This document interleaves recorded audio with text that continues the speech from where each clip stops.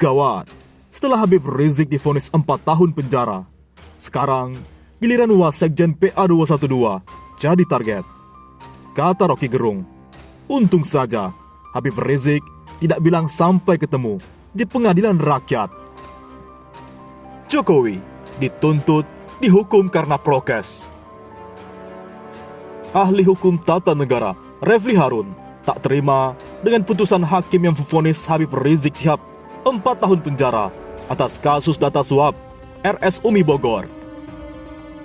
Pasalnya, vonis 4 tahun penjara tersebut sama seperti para koruptor yang telah menggarong uang negara, yang melakukan pemufakatan jahat dan pencucian uang, seperti Jaksa Pinangki, Sirna Malasari.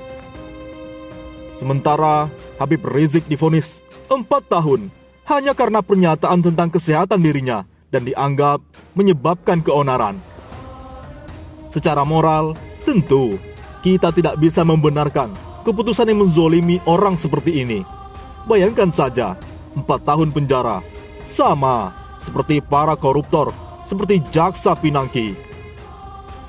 Habib Rizik divonis 4 tahun karena dianggap terbukti menyebabkan keonaran.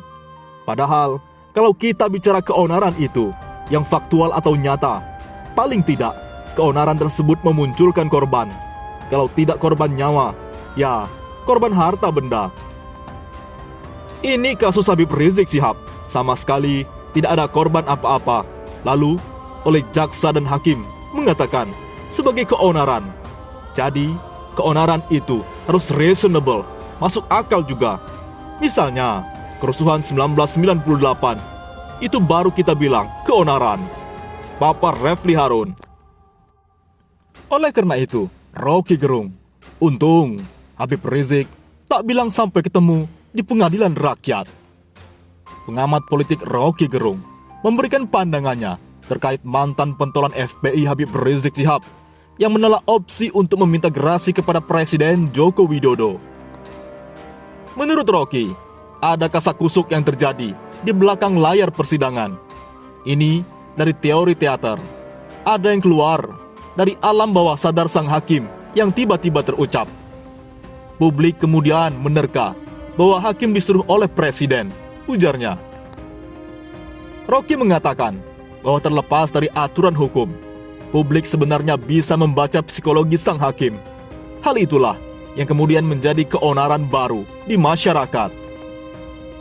Filsuf itu dinilai jika publik menilai permainan dalam sidang tersebut terlalu lama, publik menjadi tak lagi percaya dengan keputusan pengadilan. Habib Rizik bahkan bilang sampai ketemu di pengadilan akhirat, ungkap Rocky.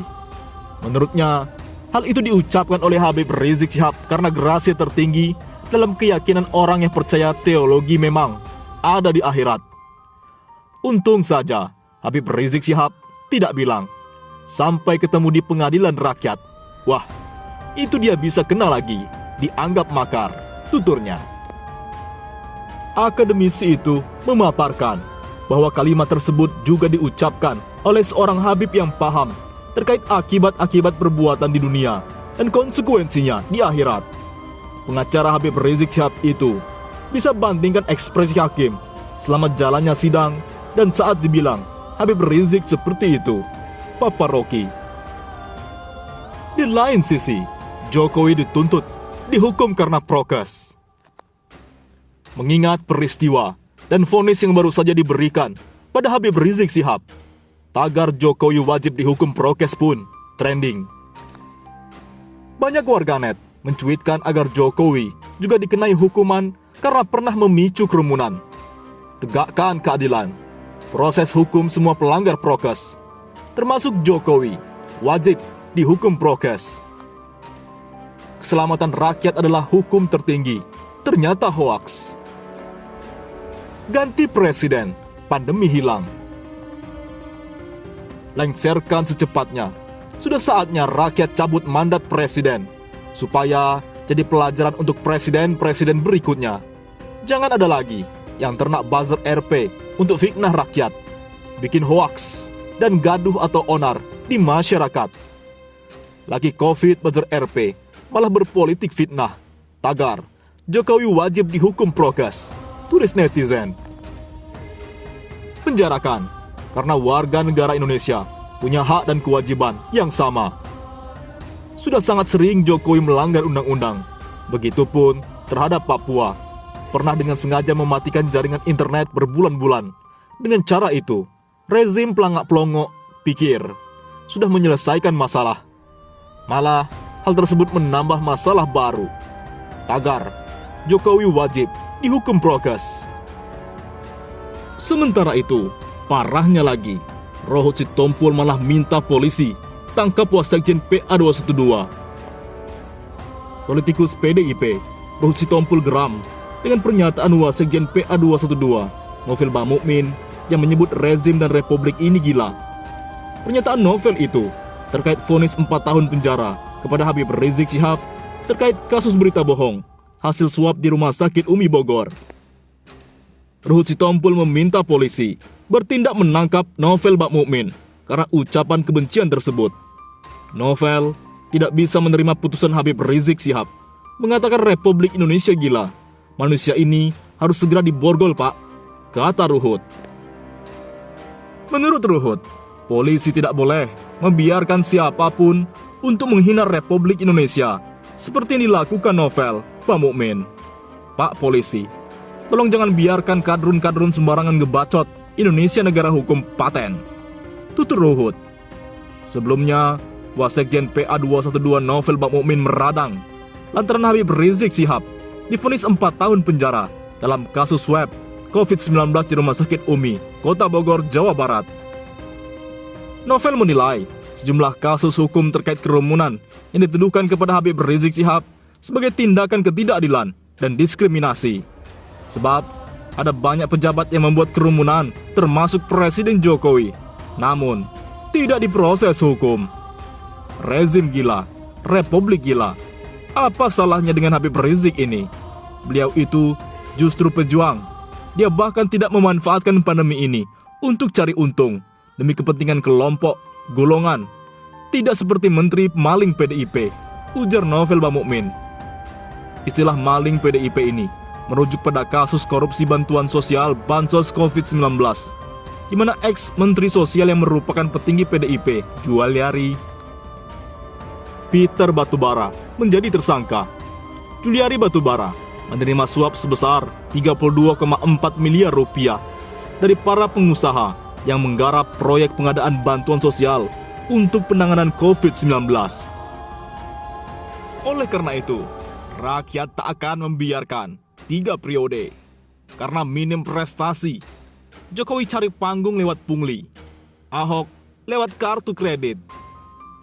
Saat negara terbebani hutang hingga 6.500 triliun rupiah, rakyat marah karena sembako mau dipajaki. Sama anak bangsa bertengkar gara-gara TWK KPK. Korupsi kian merajalela dan setumpuk persoalan lainnya. Tiba-tiba, Presiden dengan sigap mengumumkan langkah yang mencengangkan. Ya, Presiden menelpon Kapolri untuk memberikan perintah langsung. Tapi sayangnya, hanya untuk memburu pungli di pelabuhan. Kapolri pun sibuk menjalankan perintah dengan gegap gempita. Langsung melakukan aksi tangkap-tangkapan. Hanya tidak pakai dor-doran, seperti dalam penangkapan terduga teroris. Rakyat kira, Presiden perintahkan tangkap Harun Masiku, perintahkan bersihkan korupsi. Tangkap semua yang libat dalam korupsi Asabri, Jiwasraya dan lain-lain. Gak taunya cuma ngurusi pungli. Begitu juga Ahok, BTP. Saat Pertamina sebagaimana BUMN lainnya mengalami banyak masalah, tak terlihat peran Ahok. Tiba-tiba Ahok turun, bak pahlawan bertopeng, mencari panggung dengan jurus kartu-kartuan. Ahok ingin memperkenalkan dirinya yang bersih dan menuding semua yang ada di BUMN brengsek semua. Terakhir, menantang siapapun yang menolak adanya fasilitas kartu kredit bagi komisaris Pertamina BUMN. Saya tidak menganggap itu bukan masalah. Tapi, kalau kelasnya Presiden ngurusi pungli, komisaris Pertamina ributnya cuma urusan kartu kredit. Terus, bangsa ini mau jadi apa? Dangkal sekali kemampuan problem solving para pejabat di negeri ini. Ini tidak beda dengan kelakuan Risma pada awal datang ke Jakarta yang ngurusi gelandangan.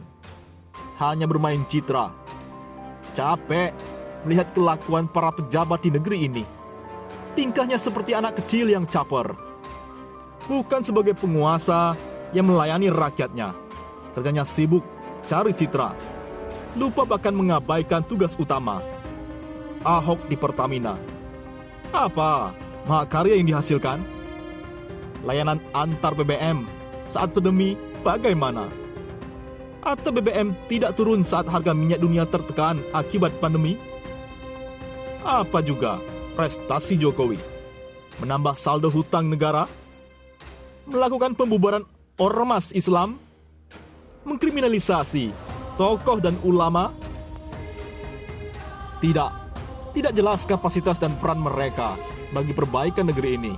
Yang ada, makin hari negeri ini kondisinya makin memprihatinkan.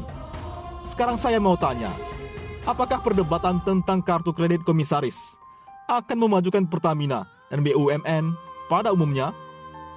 Apakah setelah semua preman pungli ditangkap, ekonomi langsung meroket? Tidak jelas. Pekerjaan yang dilakukan dengan amanah yang dipertanggungkan, semua sebenarnya tidak cakap.